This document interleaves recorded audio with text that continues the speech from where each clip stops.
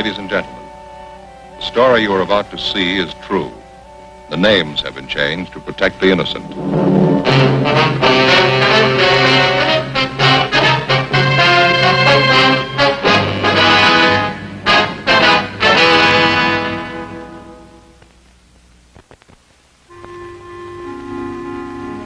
This is the city.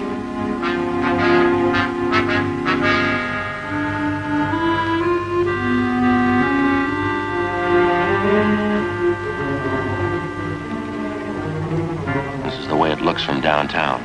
Steel and stone and 2 million people.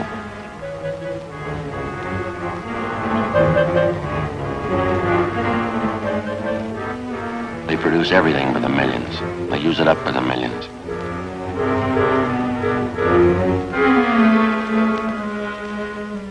They waste it the same way. Every month they throw away thousands of dollars worth of everything. Some of them waste food and water. Some of them waste time and money. And some of them just waste themselves. When they do, I pick up the pieces. I'm a cop.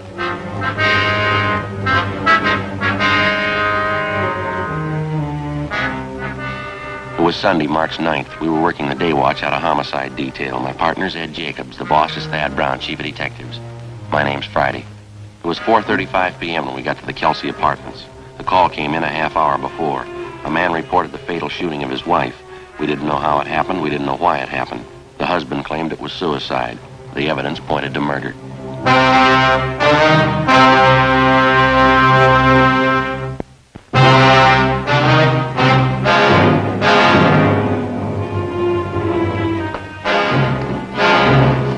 Woman's dead, shot through the right temple with a .45 automatic.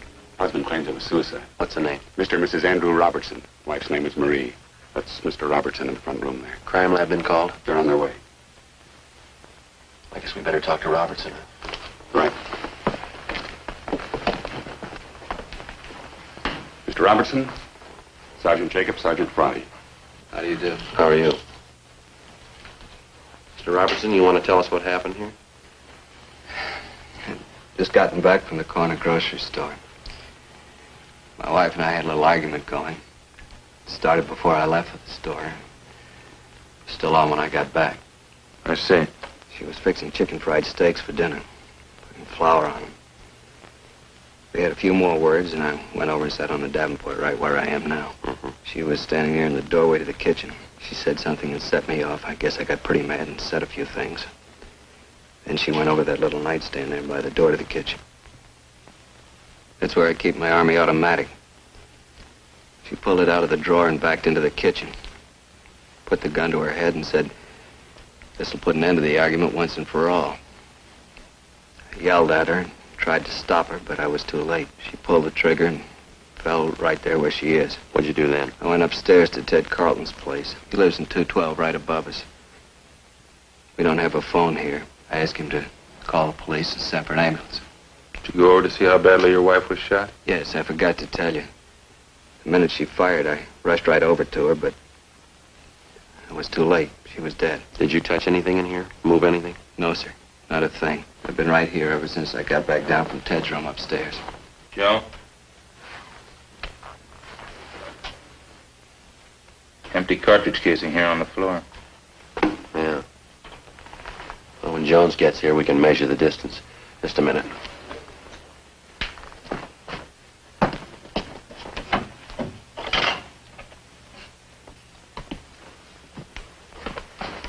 Put the saucer over till the crime lab gets here. Huh? Right. Hi, Jones. All right. Joe? Lee, kitchen. Harry, what if you'd mind taking Mr. Robertson downtown? We'll be right down as soon as we finish up here. Right, Joe. See you later. Thanks, Harry.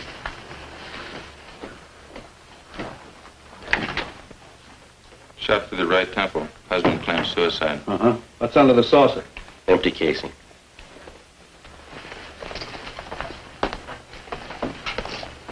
Looks like she was flouring meat, huh? That's what the husband says, yeah. That's probably what that is on the barrel of the automatic there. Yeah, we noticed that. Wastebasket's sure full, isn't it? Mm-hmm. Right tempo, huh? Mm-hmm. 45 automatic. Yeah. If she shot herself in the kitchen, the position of the body doesn't warrant the empty casing being out there in the living room, does it? George. Yeah. Come in. Friday?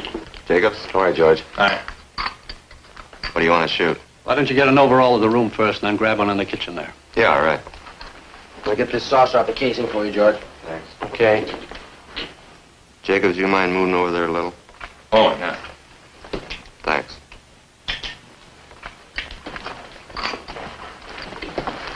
What do you want now, the kitchen? Right.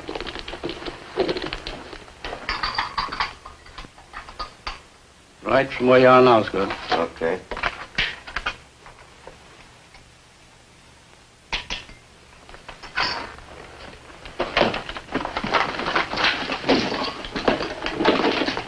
Now right over the bar there. Yeah, all right. Better get that chair to stand on. Yeah, here you are. Thanks, Ed. Too much room to work in here. Can you get it all in there? Yeah, I think so. Better use the wastebasket as your right-hand sideline. Kitchen stove on the other side. Right.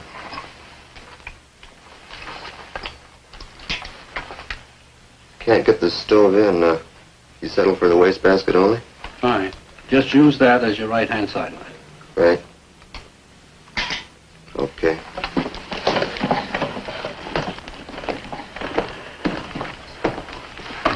And Lee, while you finish up here, Ed and I are going to run upstairs. Well, Joe, before you go, do you want to give me a hand? Take over this end. Sure, fine. Where do you want it? Right to about where she must have been standing. About here? That's good. Uh-huh. Thanks. You bet. Okay, we'll check you later, Lee. Fine. All right, Sally. Friday, Jacobs, how is it? Rough one.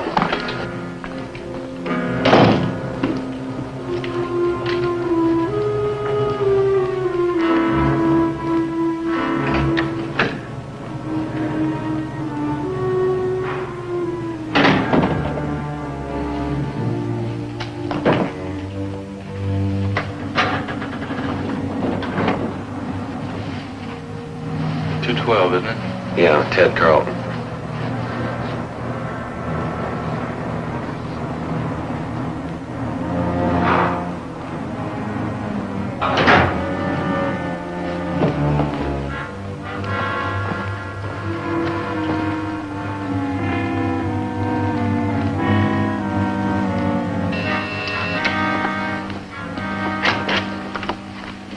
Yes? Police officers, you're Mr. Carlton? Yes, I am. It's an awful thing, isn't it? We understand you're a friend of the Robertsons. Yes, I am. You found out anything yet? You think Andy killed her? We don't know. We haven't completed our investigation. Oh, I see. Well, I'll bet that's the way it was. I hate to say that, but from all indications, it certainly looks that way. How do you mean? The argument, the shouting, and then that single shot. I don't know. It sure struck me that Andy did it. When did the argument start? Was it prolonged, do you know? What do you mean? When did it start? What time, do you know? Well, this one today started about 3:30 when Andy got back from the store. They've been arguing ever since I've known them. How long have you known them? About 2 years. Those two never should have got married to begin with, if I'm any judge. You married? No, sir, I'm not. Wonder if you can tell us. Did Mrs. Robertson ever say anything that would lead you to believe that she was in fear of her life?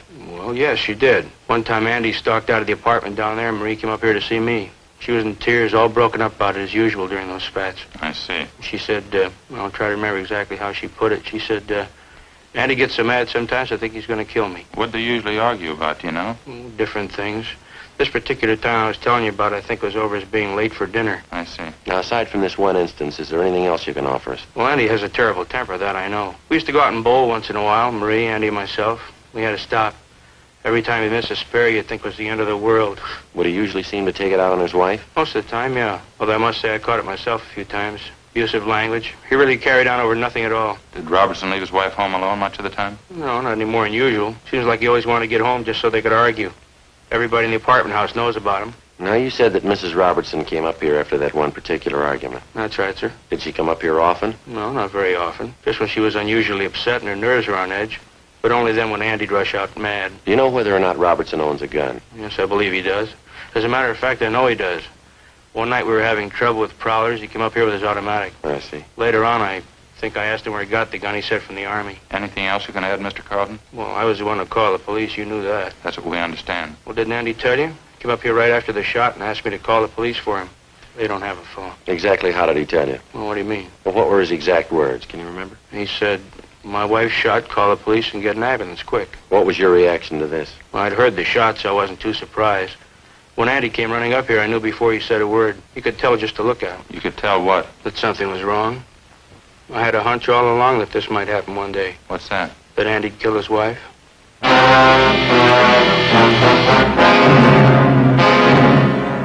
Carlton let us use his telephone. I called the coroner, and then I checked with R&I. There was no previous record on Andrew Robertson nor his wife, Marie.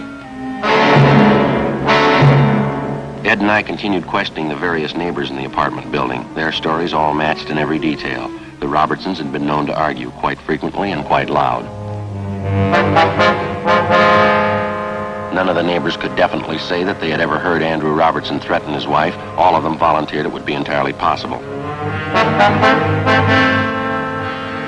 We went back to the interrogation room where we questioned the suspects for a full hour. Everything I've told you was the truth. Would you mind going over it just once more? All right. We had our quarrels and our arguments. I guess some of them were pretty bad.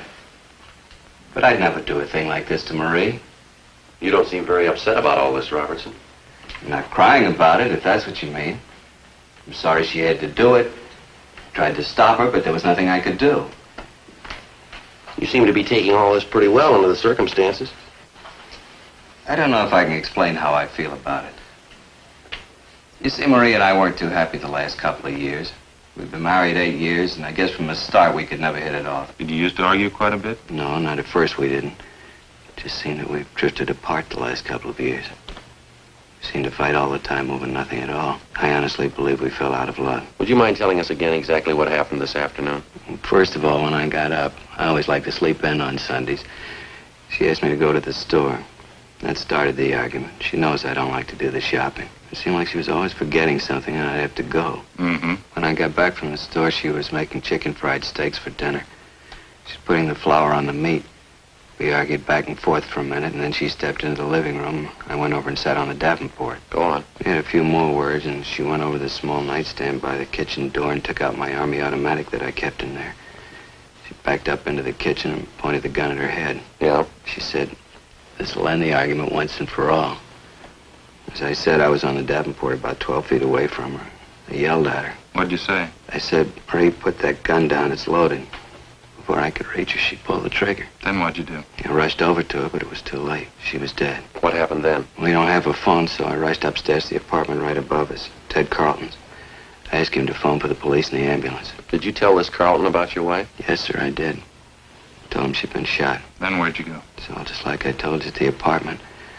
I went back downstairs and waited in the living room for you people to get there. Did you go near your wife's body? No, sir, I didn't. Did you always keep that gun loaded? Yes, I did. I always kept it loaded and actuated with a shell in the chamber. But I kept the safety lock on. Marie knew how to operate the gun because I showed her for when I was out late. She wasn't strong enough to actuate it, but she could work the safety. Did your wife ever try to commit suicide before? No, sir, not to my knowledge. Mr. Robertson, you sure that everything you've told us is the truth? It's the absolute truth, every word of it. Well, now, here's the way it looks to us. We think you killed your wife. I didn't. Let us lay a few things out for you. We talked to your friends and neighbors in the apartment house. We have people who'll testify to the fact that your wife was afraid that you might kill her. She told one man that. It isn't true. I don't know what she may have told somebody, but I didn't kill her. It's a known fact throughout the entire apartment building that you and your wife had violent quarrels. Kind of arguments from all reports could easily lead to something like this. I told you that we argued, but I didn't kill Marie. I couldn't do a thing like that. Mr. Robertson, we've made a preliminary investigation of your apartment. Now, you say your wife killed herself. Let me show you some of the flaws in your story. All I can say is that I've told you the truth. I didn't kill her. You told us that your wife went to the nightstand and got the gun. Yes, sir, that's right. How did she pick up the automatic? How do you mean? How did she take it from the drawer? Like anyone would pick up a gun by the butt. She picked it up like anybody who was going to use it. You're sure about that? Yes, sir, positive. She didn't touch anything but the butt. Well, she had part of her hand on the trigger. Yeah, we know that. But she didn't touch any other part of the weapon. No, sir, she did not. She didn't have time. Then how do you account for the fact that we found traces of flour on the barrel of the gun? Sure, she was flouring meat. How did the flour get on the barrel?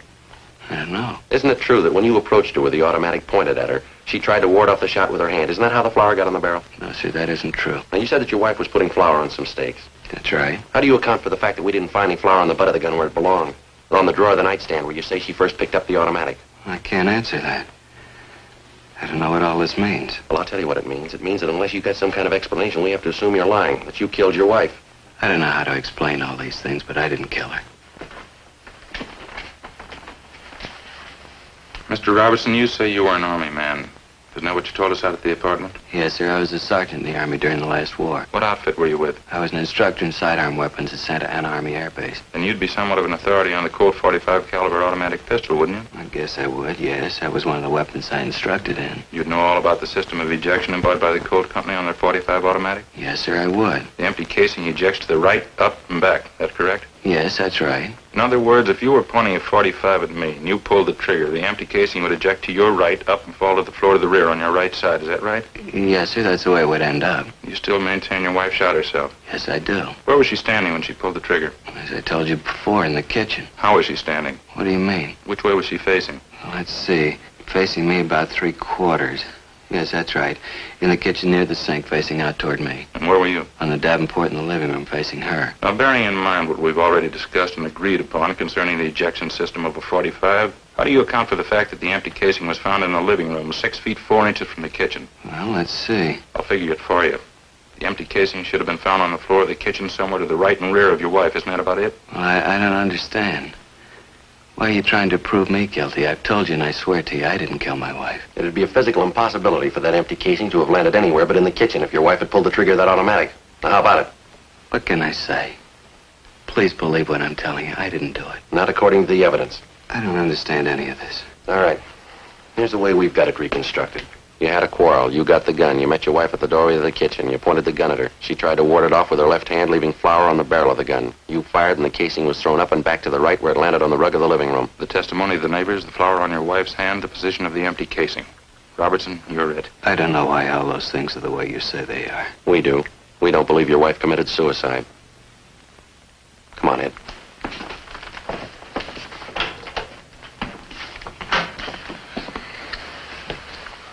What do you think? I don't know. All the evidence we got certainly got him tapped. Yeah, with all that proof, and he still refuses to cop out. Yeah. Something doesn't jive.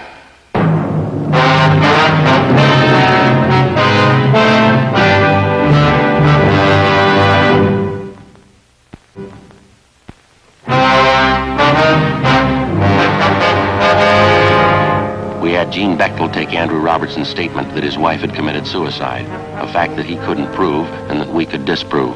We had before us the final investigation. All physical evidence was taken to the crime lab for analysis. The photographs taken at the scene were developed and brought in for careful checking.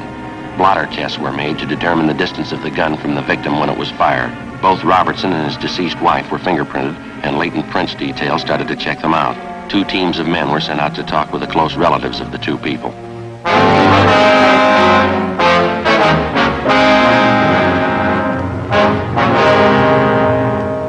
Sunday, March 9th, 7 p.m. We got a call from Lieutenant Lee Jones that he had the final results of his investigation. We went over to the 2nd floor of the central station, the crime lab. Take a look at this. Picture of the 45 casing, huh? That's right. Take a close look at it. Right here, particularly. Yeah. Notice this one edge is a little indented here. Ejector marks. No, here are your ejector marks up here. You see?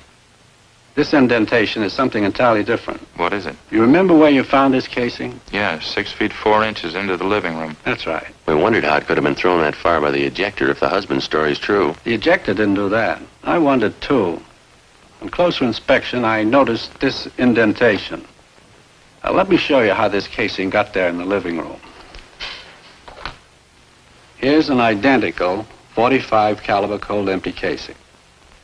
Yeah. We place it on the floor on a piece of linoleum, the same thickness as their kitchen linoleum.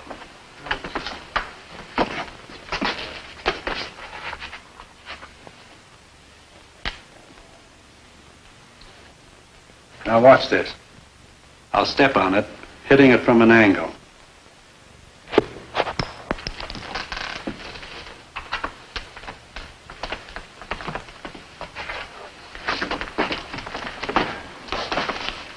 There's your answer to that one. Now, when the husband ran over to his wife's side, what did he say he did? That's about the size of it. He stepped on the casing accidentally, certainly not caring about it at the moment, and it bounced out into the living room, just like a tiddlywink. Notice the casing now, the indentation. Check it against the photo. Yeah, it matches. Did the flower on the barrel of the gun, it was flour, by the way, did it figure in for you, fella? Well, we figured the wife was trying to ward off the gun when he pointed it at her. Certainly the logical deduction. Here's that shot of the kitchen out there. Mm-hmm. Notice the wastebasket here? Pretty full, isn't it? Yeah, we noticed that when we were out there. What you probably didn't notice was this. Here's a blow-up of just that section where the wastebasket was. Can you see what's on top of the stuff in the basket there? Yeah, looks like a flour sack. That's right, an empty flour sack. Now, figuring the position of the body in relation to that wastebasket, when she dropped the gun, it fell from her hand, striking the wastebasket, bouncing off and landing on the floor where you found it. You said when she dropped the gun, you figure it was suicide? It's beginning to shape up that way, isn't it? There's no flour found on the butt of the gun. That part of the automatic didn't come in contact with the flour sack. Yeah, Lee, but she was flouring meat. There were no traces of it on her right hand, on the palm, just on the back. In checking the clothing, we found streaks of flour where she could have wiped her hands clean before picking up the gun. It doesn't look like he killed her. There's more here. As you know, we ran blotter tests to determine the distance of the gun from the body when it was fired. Shot a .45 caliber Colt from various distances before we got the right answer. Yeah. Here's the results of the tests. Found powder burns on the right side of the wife's head. This test shows that the gun was held approximately 3 inches from the right temple when it was fired. Mm-hmm. That's it. Here's the report from latent prints. Smudges, one good thumbprint, right hand, belonged to Marie Robertson, indicating she was the last one to handle the weapon. That's about it, Lee? No, got some more for you. Now, this shot was taken facing the east wall of the kitchen. That's the wall that would be on anyone's left sitting on the Davenport in the front room. Wouldn't be possible to see that wall from the Davenport. Yeah. You can see the black X where we located the slug. Mm-hmm. Relative to the position of the body, if she was standing, holding the gun at approximately a right angle with the side of the head, the bullet would come to rest approximately 4 inches below the crown of her head. Does it check out? The coroner says she was 5'4". The bullet was found at a height of 5 1/8", proving that she shot herself rather than anyone else doing it, judging from the inclination of the bullet. As you know, this is critical. Yeah. For what it's worth, the condition of the wound indicates that it was inflicted from extreme close range. A fair point when you consider that most people wouldn't submit to being shot from close range without a struggle, or unless taken by surprise. And from all reports, we know she wasn't. Well, that's it, fellas. That's all we have. Thanks, Lee. It's enough. Crime Lab Jones. Yeah, right here. Just a minute. Either one of you? Hey. This Friday. Oh, hi, Harry. Yeah. Yeah. Well, what's it say? Huh? Yeah, yeah. Thanks very much, Harry. Yes, it sure does. Right. Bye.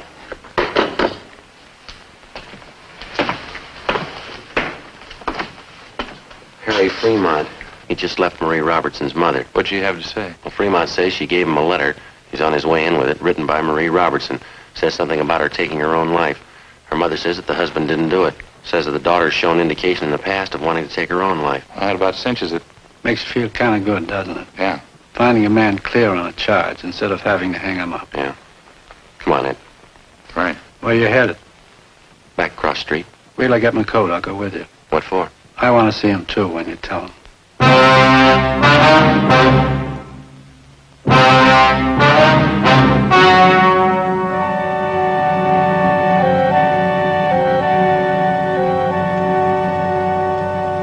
On March 12th, the hearing was held in the office of the coroner, City and County of Los Angeles, State of California. In a moment, the results of that hearing.